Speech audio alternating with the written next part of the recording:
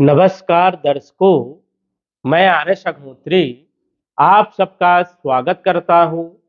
दर्शकों, आज हम बात करेंगे वृश्चिक राशि वालों के बारे में। वृश्चिक राशि वालों के लिए वर्ष 2026 कैसा रहने वाला है। वर्ष 2026 में ग्रहों की क्या-क्या स्थिति रहेगी, कौन-कौन से ग्रहों का राशि परिवर्तन होगा, ग्रहों के राशि परिवर्तन से कौन-कौन से क्षेत्रों में क्या-क्या बदलाव देखने को मिलने वाला है। हम बात करेंगे आपके संपूर्ण क्षेत्रों के बारे में, आपके स्वास्थ्य के बारे में, धन के बारे में, नौकरी के बारे में, व्यापार के बारे में, शिक्षा के बारे में, संतान के बारे में, लव लाइफ के बारे में, वैवाहिक जीवन के बारे में, कंपटीशन के बारे में, भाग्य के बारे में, लाभ हानि के बारे में, विदेश यात्राओं आदि संपूर्ण क्षेत्रों के बारे में विस्तृत जानकारी देंगे। तो आइए जानते हैं। उससे पहले यह समझिए कि यह फलादेश चंद्र राशि पर आधारित है। नाम राशि के आधार पर भी जान सकते हैं और लग्न राशि के आधार पर भी जान सकते हैं। ये जो आप कुंडली देख रहे हैं, जनवरी 2026 की कुंडली है। सौर मंडल में ग्रहों की स्थिति इस प्रकार से रहने वाली है। यदि हम बात करें वर्ष 2026 में कौन से ग्रह किस महीने में, कौन सी तारीख में, कब राशि परिवर्तन करेंगे, तो यहां पर हमने दिया है जनवरी से लेकर के दिसंबर तक आप जान सकते हैं कि कौन से ग्रहों का राशि परिवर्तन होगा और ये राशि परिवर्तन आपके लिए शुभ रहेगा, अशुभ रहेगा या सामान्य रहेगा। आप इस वीडियो के माध्यम से संपूर्ण जानकारी जान सकते हैं कि वर्ष 2026 में क्या आपको पॉजिटिव रिजल्ट मिलने वाले हैं, क्या आपको नेगेटिव रिजल्ट मिलने वाले हैं। सबसे पहले हम बात करेंगे राशि के स्वामी, लग्न के स्वामी मंगल के बारे में। वृश्चिक राशि के स्वामी, वृश्चिक लग्न के स्वामी मंगल होते हैं। मंगल के पास दो राशियां हैं, 8 नंबर वृश्चिक राशि और 1 नंबर मेष राशि। ये दोनों के स्वामी मंगल हैं। दोनों ही भावों के परिणाम देने का काम करेंगे, साथ ही साथ जहां जहां देखेंगे वहां के भी परिणाम देने का काम करेंगे। अब ये भाव जो है ये हेल्थ का है, स्वास्थ्य का है, और ये जो भाव है रोग ऋण शत्रु कलह कर्ज का भाव, ये कंपटीशन का भी भाव है, छठा भाव, और ये कॉन्फिडेंस का भाव है। साथ ही साथ यहां से अपॉर्चुनिटी के बारे में भी देखते हैं। अब मंगल की यदि हम बात करें तो जनवरी के महीने में, वर्ष 2026 में जनवरी के महीने में मंगल आपको द्वितीय भाव में, धन भाव में जो है 4 ग्रहों एक साथ गोचर करते हुए दिखेंगे जनवरी के महीने में। यहां पर मंगल रहने वाले हैं 16 जनवरी तक। 16 जनवरी तक यदि हेल्थ के बारे में बात करें तो हेल्थ बहुत अच्छी रहेगी, यहां पर कोई विशेष दिक्कत वाली बात नहीं है, कॉन्फिडेंस भी अच्छा रहने वाला है। रोग ऋण शत्रु कलह कर्ज, इनसे भी जो है कहीं ना कहीं आपको मुक्ति मिलेगी, रोग दूर होंगे। ऋण के लिए कहीं ना कहीं धन भाव में बैठे हैं तो धन देंगे तो ऋण समाप्त होगा। कंपटीशन में भी सफलता देने का काम करेंगे। 16 जनवरी के बाद 23 फरवरी तक देखा जाए तो मंगल रहेंगे अपनी उच्च राशि में। अब उच्च राशि में कोई भी ग्रह अच्छे ही परिणाम देता है, स्वाभाविक है।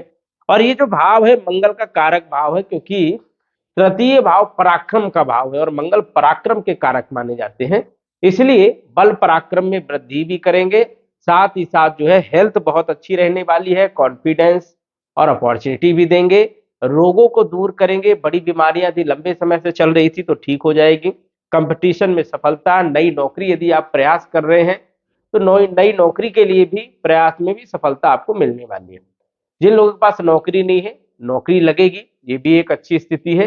साथ ही साथ जो है शत्रु परेशान कर रहे थे तो शांत होंगे और कंपटीशन में भी सफलता यहाँ पर देने का काम करेंगे।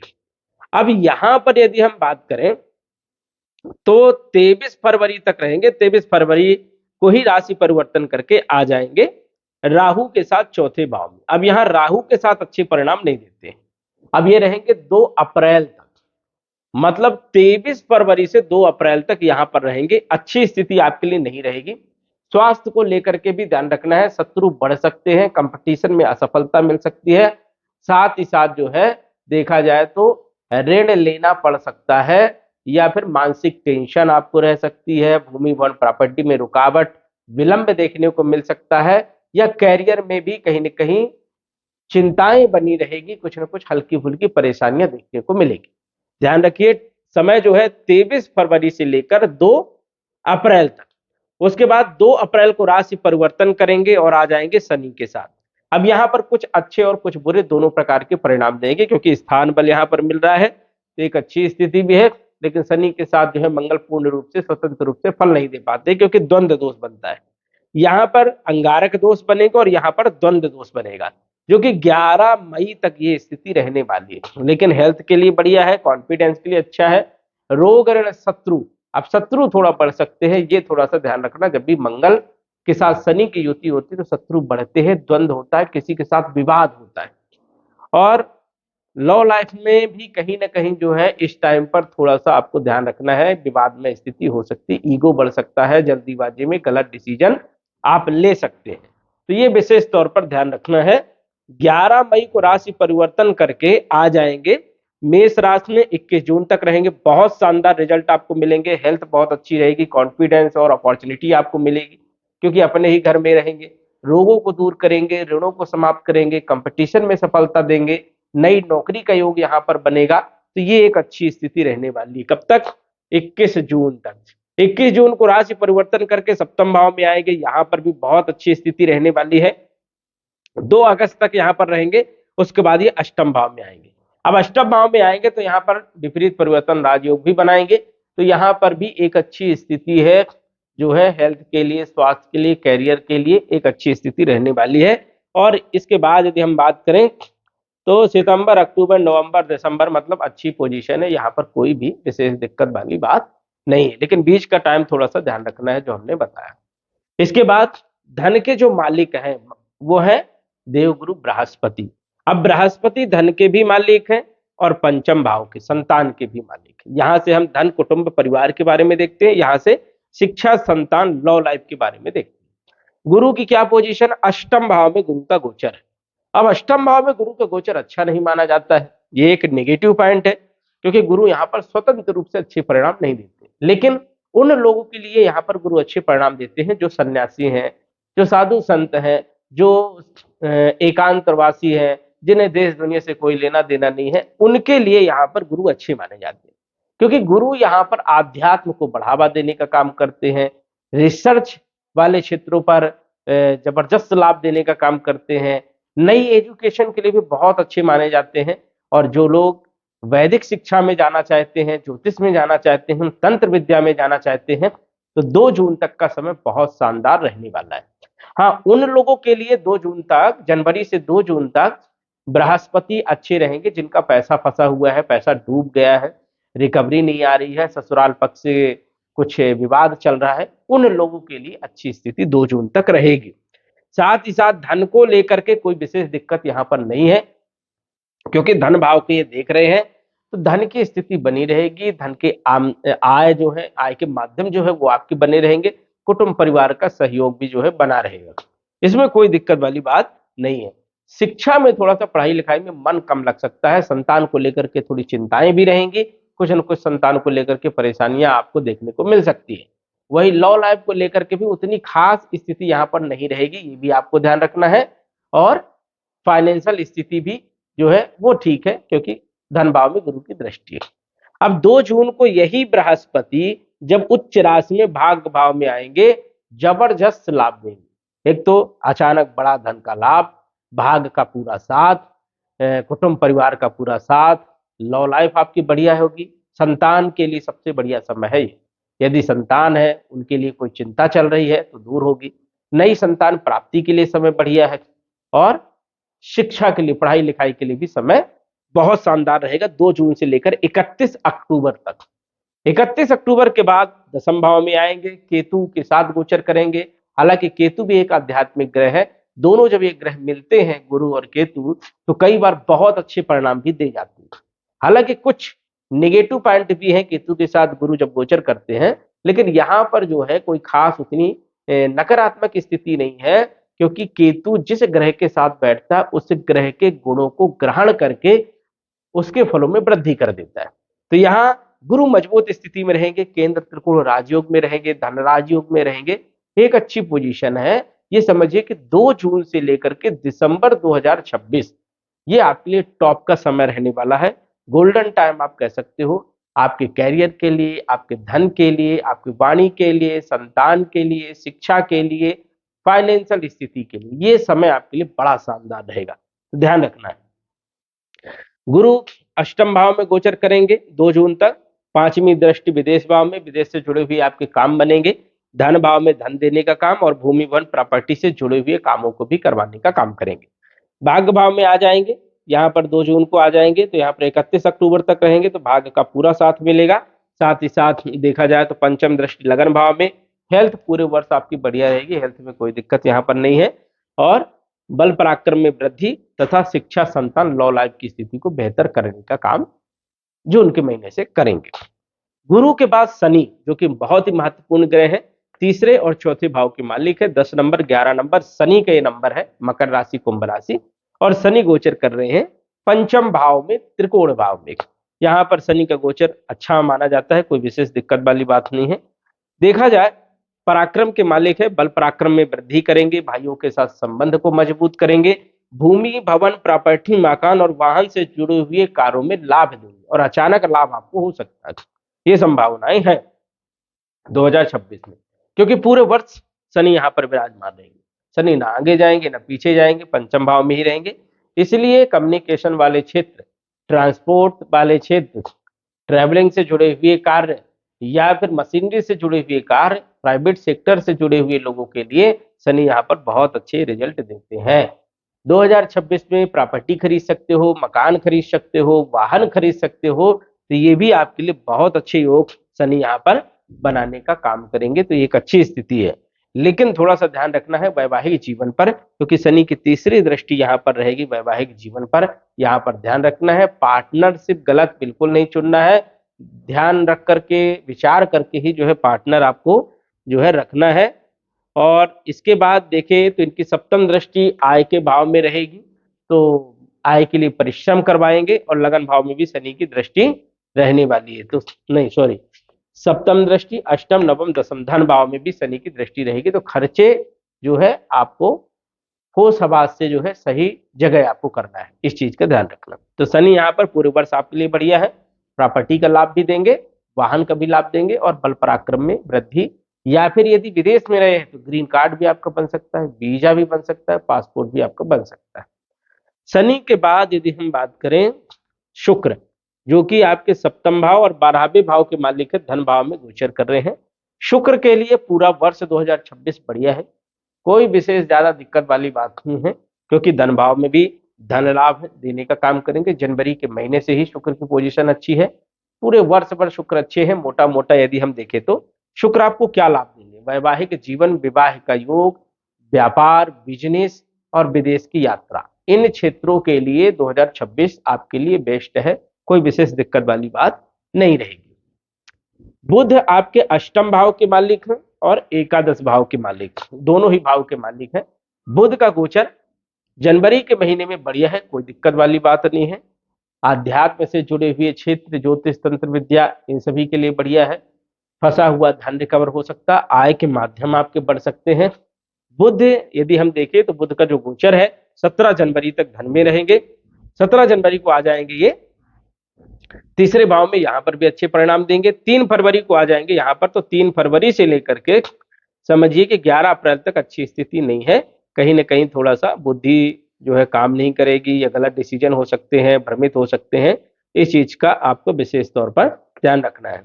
11 अप्रैल से 30 अप्रैल तक यदि देखें तो बहुत अच्छी पोजीशन है, लेकिन यहाँ पर नीच के रहेंगे, तो पोजीशन भाव अच्छा है लेकिन यहाँ पर नीच के रहेंगे तो कोई खास उतने अच्छे परिणाम देखने को नहीं मिलेंगे। तो 30 तारीख तक यहाँ पर रहेंगे, 30 तारीख के बाद फिर जो है राशि परिवर्तन करेंगे, 15 मई तक यहाँ पर रहेंगे, यहाँ पर भी मिले जुले परिणाम देने का काम करेंगे बुध। इसके बाद ये आ जाएंगे 15 तारीख से 29 तारीख तक मई के महीने में यहाँ पर आप देखेंगे, और 29 मई के बाद फिर ये यहाँ पे आएंगे, तो 22 जून तक यहाँ पर रहेंगे। कुल मिलाकर के बुध की जो स्थिति है 2026 की, जून के महीने तक थोड़ा ऊपर नीचे रहने वाली है। और बुध क्या है, बिजनेस है, व्यापार है, बुद्धि है, इसलिए बुध को थोड़ा सा आपको लेके चलना है, बुध का उपाय करके चलना है, क्योंकि ये कुछ टाइम तक अच्छी पोजीशन में और कुछ टाइम तक खराब पोजीशन, मिले जुले परिणाम आपको मिलने वाले। ओम बुम बुधाय नमः, इस मंत्र का जप करके चलिए, तो बढ़िया रिजल्ट आपको मिलेंगे, कोई दिक्कत वाली बात यहाँ पर भी नहीं। बुध के बाद चंद्रमा का फलादेश संभव नहीं है, लेकिन भाग्य का पूरा साथ मिलने वाला है 2026 में। भाग्य के भाव में उच्च राशि में गुरु का गोचर आपके लिए भाग्य के लिए एक अच्छी स्थिति है, अपॉर्चुनिटी यहाँ पर आपको मिलेगी। और सूर्य जो है धन भाव में जनवरी के महीने में गोचर करेंगे। जनवरी का महीना आपके लिए बेस्ट है, क्योंकि धन भाव में है, कर्म का मालिक धन भाव में, कर्म के द्वारा धन की प्राप्ति होगी, ये लॉजिक है।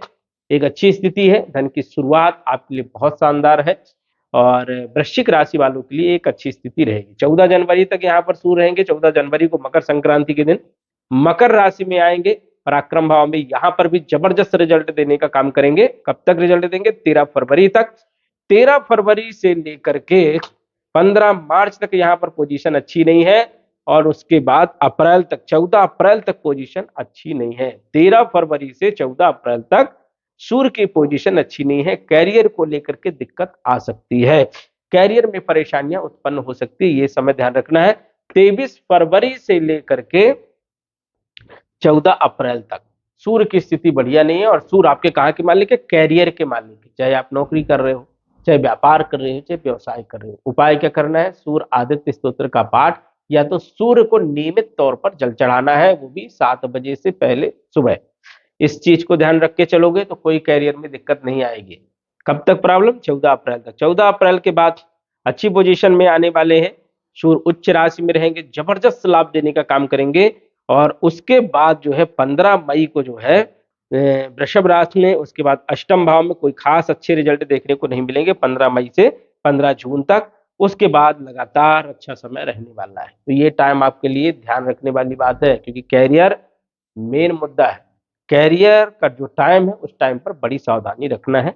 ईगो नहीं होना चाहिए, जल्दीबाजी में डिसीजन नहीं होना चाहिए, ये आपको विशेष तौर पर ध्यान रखना और उपाय करके चलना है। राहु आपके चौथे भाव में गोचर कर रहे हैं 5 दिसंबर 2026 तक। थोड़ा एंजाइटी देंगे, थोड़ा सा टेंशन भी बनी रहेगी, थोड़ा भय भी बना रहेगा, माता के स्वास्थ्य को लेकर के चिंता भी आपकी बनी रहेगी। केतु आपके 10वें भाव में बैठे हैं, बीच बीच में बड़ी अपॉर्चुनिटी देते हैं, बहुत अच्छे परिणाम देते हैं, लेकिन यहाँ पर कई बार दिक्कत भी देते हैं, संतुष्टि नहीं मिलती है। तो केतु 10वें भाव में संतुष्टि के लिए उतने अच्छे नहीं माने जाते, लेकिन बड़े बड़े ठेके मिल सकते हैं, सरकारी क्षेत्र से जुड़े हुए बड़े लाभ भी मिल सकते हैं। केतु आपको सपोर्ट करने का काम भी करने वाले हैं। कुल मिलाकर के यदि हम वृश्चिक राशि वालों के लिए बात करें तो 2026 ज्यादातर जो समय है वो आपके लिए बेस्ट टाइम, मतलब शनि का सपोर्ट आपको मिलेगा। 2 जून से गुरु का पूरा सपोर्ट मिलेगा, क्योंकि गुरु बहुत महत्वपूर्ण है। गुरु जो है मूलभूत आवश्यकताओं के कारक ग्रह है। गुरु धन के कारक है, विवाह के कारक है, संतान के कारक है, शिक्षा के कारक है। और अष्टम भाव में गोचर करेंगे तो संतान के लिए बाधा माने जाते हैं, विवाह के लिए बाधा माने जाते हैं, वैवाहिक जीवन के लिए भी बाधा माने जाते हैं। अब जैसे ये भाग्य भाव में आएंगे तो विवाह के योग भी बनाने का काम करेंगे, वैवाहिक जीवन को बेहतर भी करेंगे और संतान लाभ भी देने का काम करेंगे। तो आगे चल के गुरु की अच्छी स्थिति है। 2 जून तक गुरु अच्छे नहीं है, ये ध्यान रखना है। शनि अच्छे हैं, राहु केतु भी जो है मिले जुले परिणाम आपको देने का काम करने वाले हैं। कुल मिलाकर के देखें तो 2026 25 से ज्यादा बेहतर है, इस चीज को ध्यान रखिए। वैसे भी 2026 राजा का वर्ष है, 2025 सेनापति का वर्ष था, तो 26 अच्छा है। और ये जो हमने बताई ये साधारण फलादेश है, सटीक जानकारी के लिए कुंडली का विश्लेषण करवा सकते हैं। ये सभी के लिए है एक साधारण तौर पर। यदि आपकी कुंडली में साधारण ग्रह है या फिर पॉजिटिव है, योग कारक ग्रह है, महादशा योग कारक ग्रहों की चल रही है, तो ये रिजल्ट आपको अच्छे मिलने वाले हैं। और यदि निगेटिव है, सामान्य है, मानक ग्रहों की महादशा चल रही है, तो वर्ष 2026 में परेशानियां उत्पन्न होंगी। तो उसके लिए पहले से आप उपाय करें, बचाव करें, इस चीज का भी आपको विशेष तौर पर ध्यान रखना है। दर्शकों, आज बस इतना ही। धन्यवाद।